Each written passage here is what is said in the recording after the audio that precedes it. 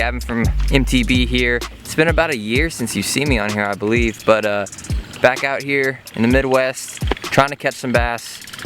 We've got some interesting conditions today. We got some high water, we got lots of cover in the water, gonna be a lot of flipping, maybe a swim jig, and if we're lucky, maybe a buzzbait or a nice topwater bite, but we'll see. Stay tuned, guys. Try to drop some tips along the way. Hopefully it doesn't suck.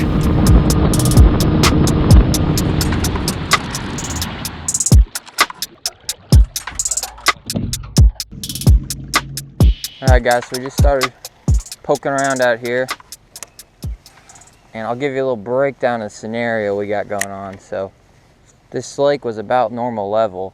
We got a bunch of heavy rains, and it's come up about 3 feet in just 3 or 4 days. So when you have those conditions, typically the fish are going to follow the water level. As the water comes up, they're going to move a little bit shallower up with the new water, and vice versa. But because it rose so quickly, there's a chance that those fish will be hanging out on the old shoreline, so a tad off the bank. Not necessarily deep or anything, still just a few feet, but not up there in these bushes and stuff I'm flipping right now. And there's a chance there's some spawners. We got almost 65-degree water, so I'd say some are spawned out, some are still spawning. Probably see some fry garters, some little males. So that's the theory. Hopefully things work out, but I'll keep you guys updated. Hopefully stick a few.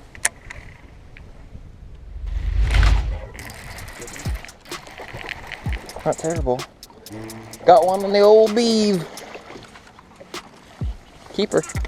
Oh, it's taking a leak on me. I see how it is, pal. Number one, about a 14, probably 15-inch fish. Skinny though. Little male. See ya. All right. So we are just slowly trying to put a plan together. And that fish, I just made a cast up here on this, near this bush. Not even quite on it, but he was just kind of sitting off of it a little bit. There's a little bit of a depth change, goes from like 2.5 to 5 feet. I think he was kind of sitting on the old shoreline. As I said earlier, the water came up 3 feet. So that fish was about where the bank was before that happened. So looks like they may be a little slow to adjust to the new water, but it's a good sign. So I just caught that one flipping a beaver real quick, guys. I'll give you a little rundown on my go-to flipping setup.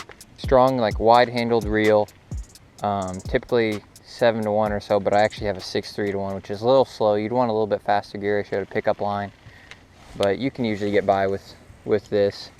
But 20-pound fluorocarbon, can't see it, and this stuff is super strong. And then a 7.2 heavy rod. A lot of guys like a longer rod, 7.4, 7.6, say, for flipping, but I really like just going with the 7.2 heavy. I feel like I still have plenty of length for a long cast if I need to make one, but I feel like I can be more accurate with a little bit shorter rod. That long rod can get a little bit cumbersome when you're up tight to cover sometimes. So Reactions Innovations Sweet Beaver, I believe they're on Carl's, 4/0 hammer hook, 5/16 ounce tungsten weight, pegged. And the peg is really key with that bobber stop when you're fishing gnarly trees and stuff, or you'll get hung up a lot more when that weight slides free up the line. You keep it all compact together, to expose that hook. It's very weedless. Decent. Finally got us one, boys.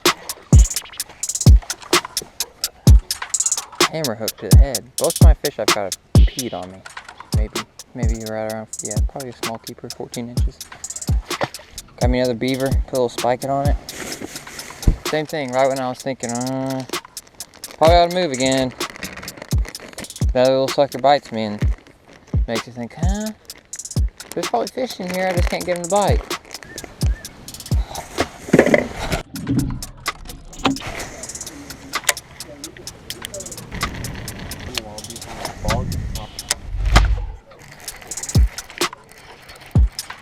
Decent. Same size I've been catching, I think.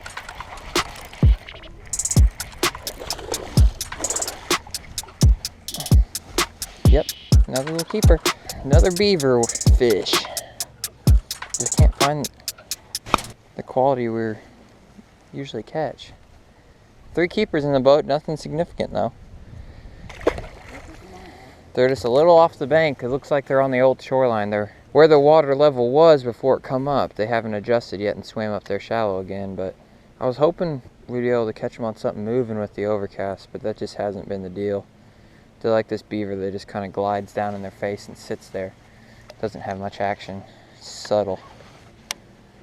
Don't know why they eat these things. Catch one off the dead deer. Folks, we got a dead deer sitting on top of this tree. See, he's been in there for a while. Please, I want to catch one off the dead deer carcass. That would be awesome.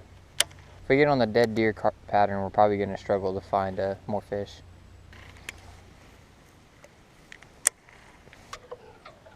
There he is. That's why I couldn't hook him. Little goggle eye. Biggin', boys.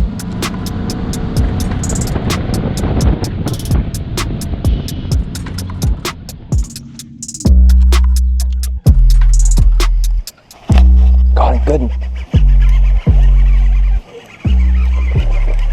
Big set of the day, I think.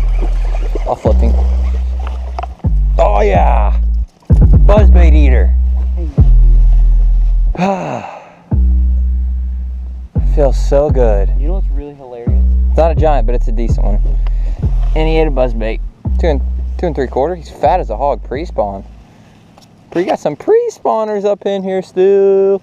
So I'm throwing a buzzbait, but what I did, I love taking the skirt off and just putting any type of kick and leg toad style topwater soft plastic frog. I don't know why, but when they have that extra piece of meat on that buzzbait, they get it so good. It's always down their gullet. And it results in a nice 2.5, 2 3/4 pre-spawner. All right, we got us one on the buzzbait. I told you guys earlier, I believe, if we were lucky, maybe we'd get a topwater bite, buzzbait or something, and this fish helped me sound like I know what I'm talking about, so let her go. I'd say that's a small female that hasn't spawned yet. Could be a big male. Thanks for that release, that was nice.